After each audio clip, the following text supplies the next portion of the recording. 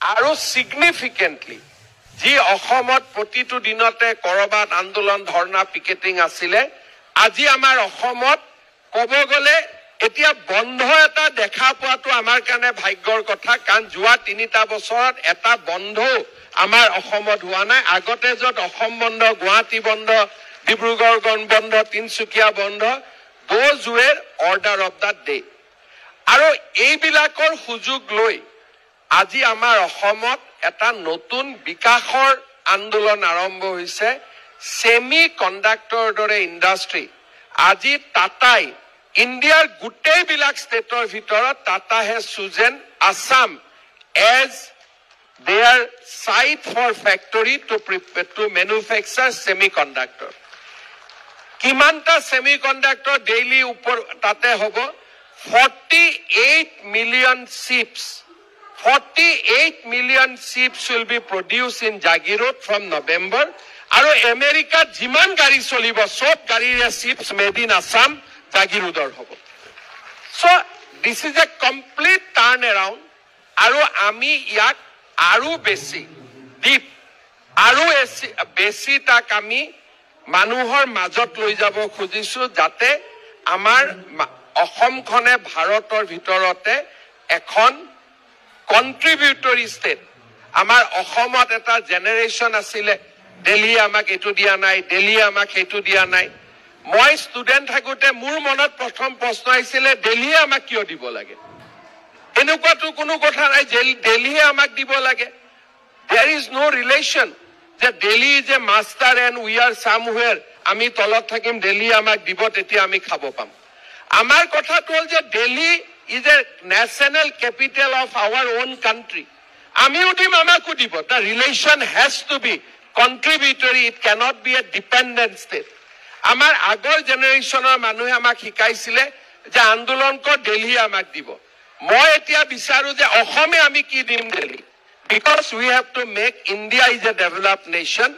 আৰু Assam has to be a contributory state it cannot be a dependent state যে ৰাতিপুৱা দিল্লীয়ে টকাটো নিদিলে মই দৰমহা দিব নোৱাৰিম তেনেকুৱা স্থিতিত মই থাকিব নোখোজো আমাৰ ভাৰতৰ ডেভেলপমেন্টৰ জাৰ্নিত Assam should be a partner Assam cannot be a dependent state Assam has to be a partner state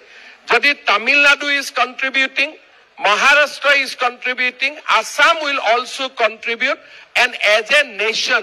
আমি ডেভেলপ কৰিম আজি সেই কাৰণে অসমত নিবিচাৰাকৈ ব্ৰহ্মপুত্ৰ দলং হৈছে নিবিচাৰাকৈ অসমত ডাবল লেনিং হৈছে ট্ৰিপল লেনিং হৈছে 6 লেনিং হৈছে ব্ৰডগজ হৈছে ইলেক্ট্ৰিকেল হৈছে ডুৱেল ৰেল লাইন হৈছে এতিয়া আমি নতুন কল্পনা কৰিছো যে গুৱাহাটীৰ পৰা শিলচৰ আমি 5 ঘণ্টাত গৈ পাব লাগে through express highway and Dibrugarh আমি 5 ঘণ্টাত গৈ পাব লাগে those are the dream of new Assam মই আপোনালোকক এইখিনিকে যে আজি আমি অসমক প্ৰতিনিধিত্ব কৰো ৰাজধানী দিল্লীত অসমৰ যাতে এটা positive image as a state where development is identity of our state তেনেকুৱা এটা যাতে আমি নিজকে যে এম্বাসেডৰ ইন দা নেশনাল ক্যাপিটাল আমি যাতে আমাৰ দেশখনক আমাৰ প্ৰদেশখনক আমি প্ৰজেক্ট কৰিব পাৰো সেই ধৰণে আমি যাতে আমাৰ ষ্টেটখনক ৰিপ্ৰেজেন্ট কৰিব পাৰো তাৰ কাৰণে আজি আমি একেলগে গোট খাইছো মোৰ দিল্লীত ইলেকশন কেম্পেইন থকাৰ কাৰণে খৰবাদাৰো ইলেকশন কেম্পেইন থকাৰ কাৰণে যিমান সময়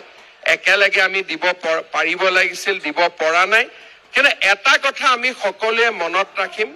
যে 2014 চনৰ আগত আমি কল্পনাও কৰিব পৰা নাছিলো যে অসমত সেমিকন্ডাক্টৰ হ'ব বডুলেণ্ডৰ ডিমাণ্ড উদ্ৰ কৰিব 10,000 লৰা ছোৱালী একেলগে বিহু নাচিব এতিয়া ঝুমুৰ নাচিব সমাহ পিছত বাগৰুম্বা নাচিব অসমত সেমিকন্ডাক্টৰ হ'ব ব্ৰহ্মপুত্ৰৰ ওপৰত 6-7খনকৈ ব্ৰিজ হ'ব আমি কল্পনাও কৰা নাছিলো এই গোটেইবোৰ এজন মানুহৰ প্ৰেৰণাত প্ৰধানমন্ত্ৰী নৰেন্দ্ৰ মোদীৰ প্ৰেৰণাত আজি আমি সকলোৱে দেখা পাইছো it is a complete transformational story it is completely a story of new Assam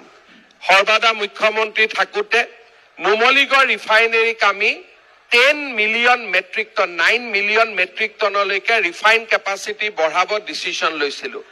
কিন্তু অসমত তেলে নাই 3 মিলিয়ন মেট্ৰিক টন চলাবৰ কাৰণেও নুমলীগড় ডাজন্ট হেভ ক্ৰুড ক'ৰ পৰা আমি ক্ৰুড পাম ইমান দিনে কথা আছিল যে অসমে ভাৰতক তেল দিয়ে প্ৰধানমন্ত্ৰী ডাঙৰীয়াক আমি লগ পাইছিলো যে আমাৰতো তেল নাই কিন্তু নুমলীগড় বচাব লাগে আমাক 9 মিলিয়ন মেট্ৰিক টনলৈকে নিব লাগে মোদীজি আমাক ক'লে যে পাৰাদ্বীপৰ পৰা মই লাইন এটা বনাই দিম যাতে বিদেশৰ আৰবৰ ৰাছিয়াৰ তেল পাৰাদ্বীপৰ পাইপলাইনেদি নুমলীগড়ত যাব পাৰে and in this year we are going to commission new Numaligarh refinery with 9 million metric ton but they will not refine petrol and diesel produced in Assam they will refine crude which will take through a pipeline from Paradip to Numaligarh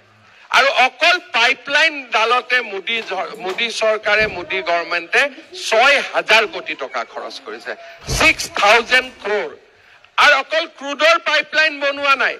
গ্যাসৰো pipeline বনাইছে যাতে অসমত ঘৰে ঘৰে আমি সিটি gas দিব পাৰো আমাৰ gas নাই আমি আজি পাৰাদ্বীপৰ পৰা গ্যাস লাইন বহুৱাইছো আমি অসমত গ্যাস আমি দিয়া আৰম্ভ কৰিম বৰাক ভেলী অসম বা ব্ৰহ্মপুত্ৰ ভেলী সকলোতে এসময়ত অসমত আন্দোলন হৈছিল যে বাৰাউনীত আমি তেল নিদিও আজিতো তেল দিয়াৰ কথা বাদ দিম we are getting oil from sea অৰ্থাৎ ৰাছিয়া বা আৰবৰ পৰা সাগৰেদি জাহাজেদি তেল আহিব সেই তেল পাইপলাইনেদি আমি পাম্প কৰি পেলাই নুমলীগড় লৈ যাম আমাৰ যিসকলে অইল ইণ্ডিয়াত ইয়াত কাম কৰে বা যিসকলে আইঅ'চিত কাম কৰে দে নোজ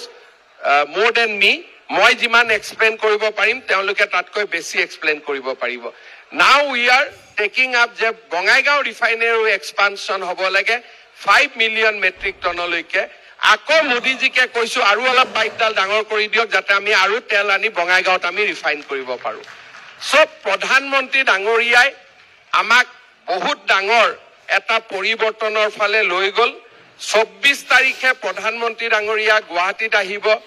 12000 ছোৱালী একেলগে জুমুৰ নাচিব because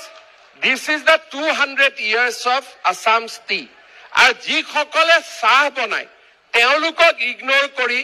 আমিতো চাহৰ মনোপলি ললে নহব ultimately those people who produce tea for Assam and enhance the brand name of Assam so in order to celebrate their culture which is the part of composite Assamese culture আমি 24 তাৰিখে গধূলি 12000 ছোৱালীৰে আমি ঝুমুৰ নৃত্য প্ৰদৰ্শন কৰিম আৰু এই বছৰৰ এণ্ডত একে 12000 ছোৱালীৰে আমি বাগৰুম্বা প্ৰদৰ্শন কৰাম ইট ইজ এ আমি অসমক এটা সকলো জাতি জনগোষ্ঠীয়ে নিজৰ বুলি অনুভৱ কৰিব পৰা আমি এটা কম্পোজিট কালচাৰলৈকে ৰূপান্তৰ কৰিব খুজিছো আজি তেজপুৰত নতুনকৈ ৰাজভৱন ডিব্ৰুগড়ত বিধানসভা শিলচৰত সেক্ৰেটাৰিয়েট আমি এটা ফিল কৰাব খুজিছো মানুহক যে this Assam belongs to all of us কোনো এটা জাতি নহয় কোনো এটা সমাজৰ নহয় কোনো এখন চহৰৰ নহয় this Assam is belongs to us দিল্লীতো মই চেষ্টা কৰি আছো যে আমাৰ এটা কালচাৰেল কমপ্লেক্স এটা হ'ব লাগে নামঘৰ হ'ব লাগে আমাৰ এটা পৰিচয় পাব লাগে আপোনালোকে জানি ভাল পাব যে দিল্লীৰ দাৰিকাত আমি দিল্লীৰ চৰকাৰে লেফটেনেণ্ট গভৰ্ণৰ ডাঙৰীয়াই আমাক প্ৰায় 3 একৰৰ মাটি এডোখৰ দিছে কিন্তু তাত অলপ ৰেষ্ট্ৰিকশ্যন এইটোৱে আছে যে ভৱন বনাব পাৰি নামঘৰ বনাব নোৱাৰি কিন্তু আমি তাক বদলাই পেলাই যে ভৱনে নামঘৰে বা আন কালচাৰেল কৰিব পৰা গোটেইখিনি থাকক তাৰ কাৰণে পাৰমিশ্যন ল'বৰ কাৰণে মই ট্ৰাই কৰি আছো and I am sure it will happen নোহোৱাৰ কোনো কথা নাই আমি সকলোৱে অসমৰ মানুহৰ এটা কালেক্টিভ একেলগে বহিব পৰা জায়গা এটা আমি দিল্লীত বনাব খুজিছো আমাৰ দিল্লীত অসম ভৱন এটা হৈ আছে সেইটো ষ্টুডেণ্টৰ কাৰণে হ'ব আমাৰ নতুন আসাম ভৱন বনি আছে খুব সোনকালে হৈ যাব আসাম হাউচ হ'ব বাট দ্য ফৰ্থ প্লেচ যাতে দিল্লীত থকা অসমীয়া মানুহ আমি মানুহৰ লগতে অসমীয়া মানুহখিনিও যাতে এটা জায়গাত লগ হৈ গোট খাব পাৰো তেনেকে ধৰণে আমি সেই জায়গাটো বনাব খুজি আছো আৰু মই ভাবো যে এই বছৰ দিল্লীত ইলেকশ্যন হৈ যাওক আমি পাৰমিশ্যন লৈ নৱেম্বৰ মানৰ পৰা we can start the work আমি তেনেকে আৰম্ভ কৰিব খুজিছো মই পুনৰ এবাৰ আপোনালোক সকলোকে ধন্যবাদ জনাইছো আমাৰ অসমৰ পৰিৱৰ্তনৰ কাৰণে প্ৰধানমন্ত্ৰী নৰেন্দ্ৰ মোদী ডাঙৰীয়াই যিমানখিনি কৰিছে আমি কৃতজ্ঞতাৰে তেখেতক সদায় ধন্যবাদ দিব লাগিব, অভিনন্দন জনাব লাগিব। আৰু মই আশা কৰোঁ যে এটা পজিটিভ স্পিৰিট লৈ আমি দেশৰ উন্নয়নৰ কাৰণে, ৰাজ্যৰ উন্নয়নৰ কাৰণে আমি কাম কৰি যাম। সকলোকে পুনৰ অহাৰ বাবে ধন্যবাদ জনালো। সকলোৰে অলপ